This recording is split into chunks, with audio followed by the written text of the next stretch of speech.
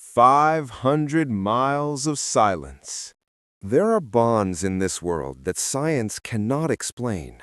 We talk about loyalty, about love, about instinct.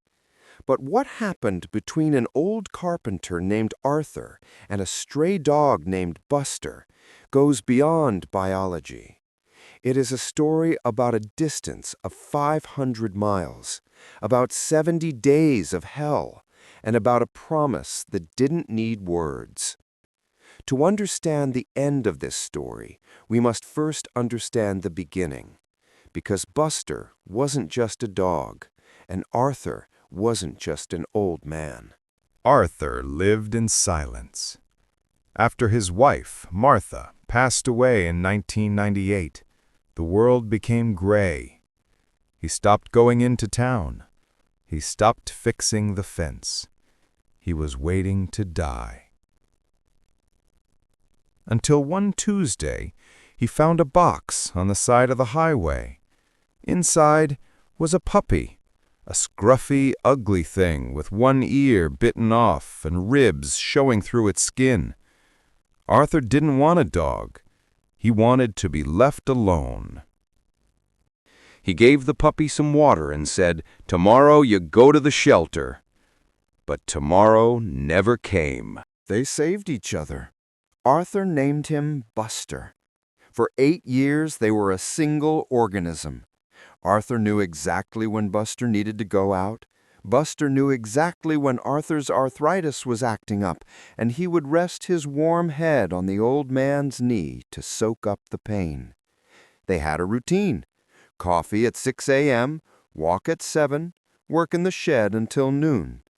It was a perfect, quiet life. But routine is fragile. All it takes is one heartbeat to shatter everything. November 14th. A storm was brewing over the Cascades.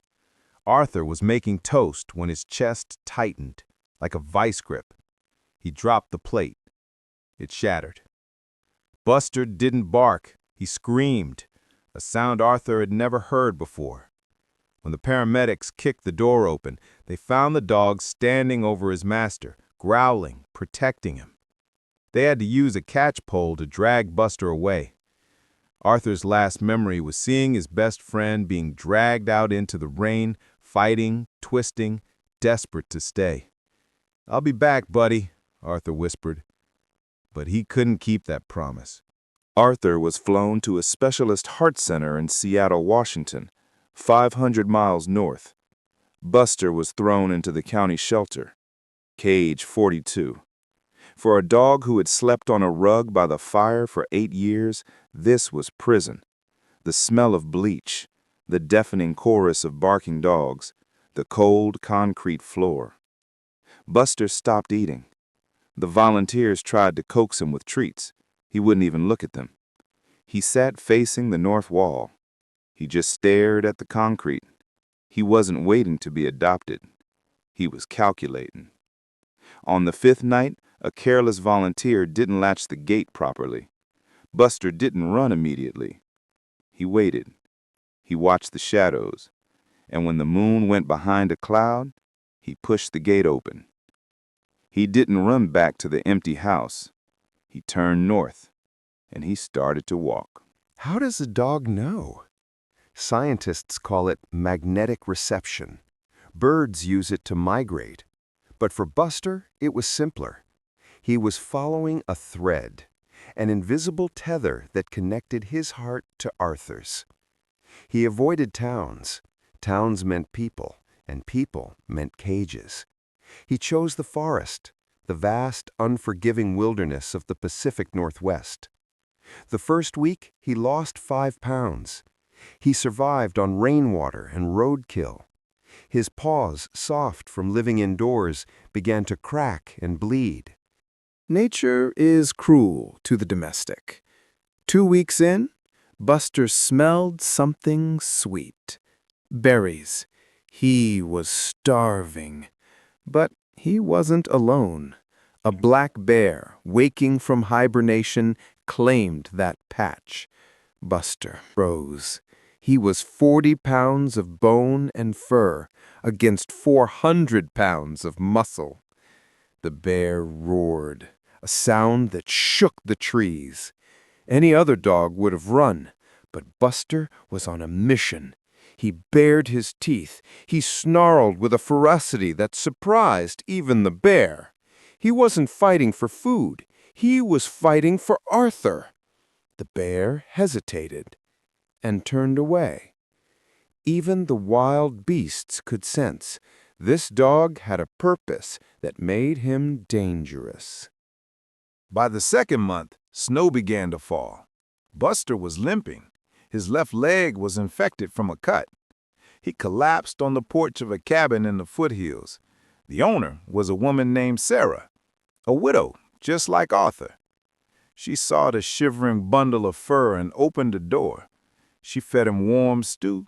She cleaned his wounds. She gave him a soft bed by the heater. For 3 days, Buster slept. He ate. He felt warmth for the first time in weeks. Sarah called him Buddy. She hoped he would stay. She needed him. It would have been the perfect ending. A new home, a new life.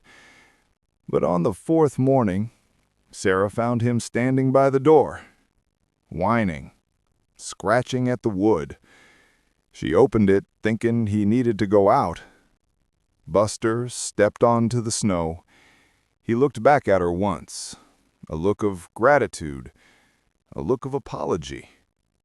But then he turned his head north. Sarah watched him disappear into the tree line. She cried, but she understood. He didn't belong to the wild, and he didn't belong to her. He belonged to someone else. 500 miles. The forests gave way to suburbs. The suburbs gave way to concrete. Seattle, a maze of noise and steel. Buster was invisible now, just another stray dog. People stepped over him. Drivers honked at him. He was exhausted. His body was failing. His kidneys were shutting down. He navigated by scent alone, threading through the chaotic streets. He was so close. Crossing a 4-lane avenue, blinded by the rain, he didn't see the taxi. The impact threw him 10 feet. He landed in the gutter. Pain exploded in his hip. The taxi didn't stop. Buster lay in the cold water. This was it, the end of the road. He closed his eyes. But then he caught a scent on the wind. Antiseptic, lavender soap, and old tobacco. It was Arthur's smell. With a groan that sounded like a sob, Buster forced himself up on 3 legs. He dragged his broken body forward, inch by inch. The security guard at St. Mary's Hospital reached for his radio to call animal control. A dirty, bleeding mongrel was trying to enter the lobby. But a nurse froze. She looked at the tag hanging from the dog's neck. If found, call Arthur? She knew that name. Arthur was the patient in room 304. The man who refused to die. The man who kept saying, "He's coming." They didn't kick him out. They broke every rule in the book. Room 304 was quiet. The only sound was the beeping of the monitor. They carried Buster in. Arthur hadn't opened his eyes in 2 days, but the moment the dog entered the room, his eyes flew open. Buster let out a soft whimper. He limped to the bed and laid his head on Arthur's chest, right over his heart. Arthur's trembling hand reached up. He buried his fingers in the dirty, matted fur. "You made it," he whispered. "Good boy. You made it home." Arthur passed away an hour later. He died smiling. Buster stayed on the bed. He didn't howl. He just slept. Buster died 2 days later, in his sleep. His heart simply stopped. The vet said it was exhaustion, but we know the truth. His job was done. They say the journey is more important than the destination. But for Buster, the destination was the only thing that mattered. 500 miles, just to say goodbye.